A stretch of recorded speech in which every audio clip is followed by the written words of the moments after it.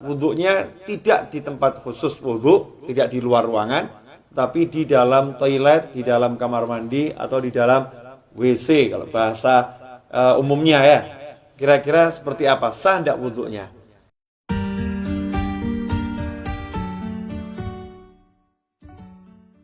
Kita akan membahas pertanyaan masih seputar wudhu. Ini ada pertanyaan dari teman-teman tentang bagaimana hukumnya wudhu di kamar mandi atau wudhu di toilet. Karena tidak semua orang punya ruangan khusus untuk wudhu. Dan memang anehnya kita ini ya. Kita ini kalau bangun rumah ada ruangan untuk mandi, ada ruangan untuk masak, ada ruangan untuk tidur, ada ruangan untuk ngopi. Tapi untuk ibadah yang paling penting sholat, musola nggak ada. Kemudian fasilitas untuk sholat, wudhu juga tidak disediakan khusus. Ini kita kelemahannya.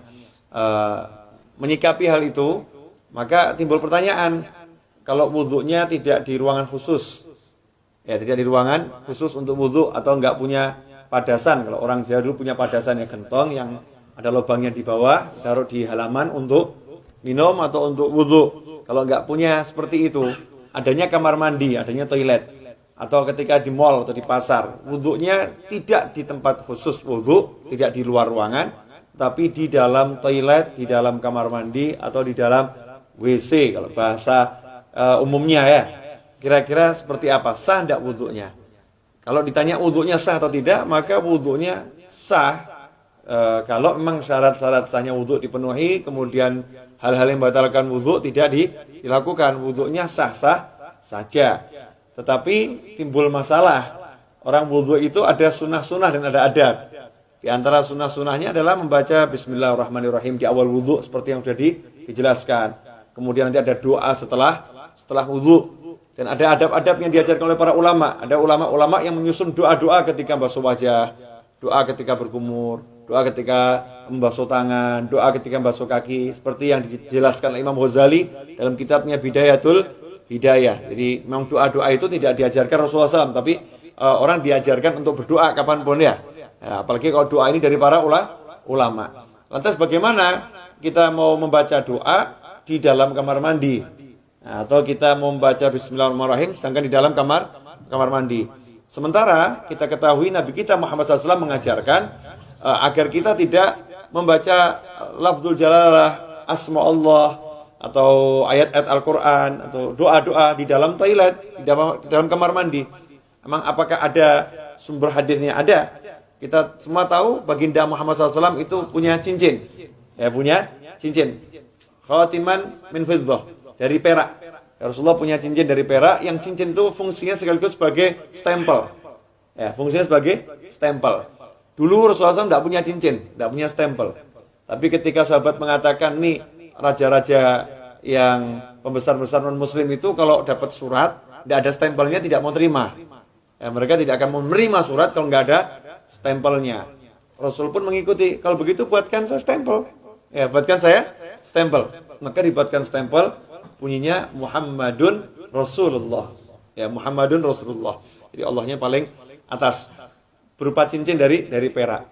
Ketika Rasulullah wafat SAW, setelah wafatnya Rasulullah, cincin itu dipakai oleh Sayyidina Abu Bakar As-Siddiq radhiyallahu anhu. Setelah wafatnya Sayyidina Abu Bakar dipakai oleh Sayyidina Umar ibn Khattab. Kemudian dipakai oleh Sayyidina Utsman bin Affan radhiyallahu anhu. Nah, ketika dipakai Sayyidina Utsman, cincin itu jatuh ke Bir Aris. Ya, sumur Aris. Ya, kemudian tidak ditemukan lagi. Nah, apa dasarnya ketika Rasulullah masuk ke khala, ke tempat buang hajat, Rasulullah selalu melepas cincinnya. Jadi ketika masuk ke tempat buang hajat, Rasulullah SAW selalu melepas cincinnya. Karena di cincinnya itu ada tulisan Muhammadun Rasulullah. Kalau membawa tulisan aja tidak dianjurkan, apalagi mengucapkannya. Ya, membawanya aja tidak dianjurkan, apalagi mengucapkannya. Berdasarkan hadis tersebut, yang diriwayatkan oleh Imam Al-Hakim, ya, dalam kitabnya Al-Mustadrak Al-Sahihain. Di situ beliau menyatakan, anna Rasulullah labisa khatiman naksuhu Muhammadur Rasulullah. Fakana idza dakhala al-khala wada'ahu. Kata Al-Hakim dalam kitab Al-Mustadrak, Az-Zuhri menyebutkan bahwasannya Rasulullah SAW punya cincin yang tulisannya adalah Muhammadun Rasulullah. Idza dakhala al-khala' wada'ahu. Kalau masuk ke khala', ke toilet, Rasulullah SAW selalu melepaskan cincinnya tersebut. Hadits ini sahih menurut ya syarat Imam Bukhari dan Muslim, tapi tidak dicantumkan dalam kitab hadis Bukhari maupun Muslim. Maka ditulis oleh Al-Hakim dalam kitabnya Al-Mustadrak yang disusulkan ya.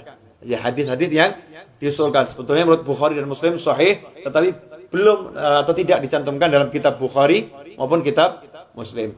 Nah, hadis ini menunjukkan memang kalau masuk kamar mandi jangan bawa tulisan yang mengandung nama Allah atau nama Rasulullah Shallallahu Alaihi Wasallam. Dari sini ulama kemudian mengambil kesimpulan kalau membawa tulisan nggak boleh, apalagi membacanya. Bukan haram ya, tidak boleh dalam arti tidak beradab atau kurang sopan. Karena itu seyukyanya jangan berwudu di toilet, seyukyanya. Cari tempat wudu yang memang betul-betul untuk wudu. Kalau tidak adanya toilet, barulah silahkan wudu di toilet atau di kamar mandi atau di WC. Tapi kalau wudu di kamar mandi, toilet atau WC, jaga adabnya. Apa adabnya itu? Ya satu, jangan membaca asma Allah. Cukup dibaca di dalam hati. Lantas bagaimana dengan doa setelah wudu? Ya doanya dibaca di luar kamar mandi. Jadi selesai wudu langsung keluar baca doa setelah wudu. Atau bismillahnya dibaca di luar dulu. Bismillahirrahmanirrahim, masuk langsung wudu juga. Nah, dengan begitu maka sunnahnya tidak hilang, tetap bisa melaksanakan sunnah-sunnah yang dianjarkan oleh Nabi Muhammad Sallallahu Alaihi Wasallam. Insyaallah sedikit ini barokah dan jangan kemudian jadi jalan justru. Oh berarti wudu di toilet gak apa-apa. Oke deh, kita wudunya di toilet aja ya. Jangan seperti itu. Usahakan wudu di luar toilet agar bisa melaksanakan banyak sunnah. Kalau memang terpaksa baru berwudu di toilet. Wal afu minkum. Wassalamualaikum warahmatullahi wabarakatuh.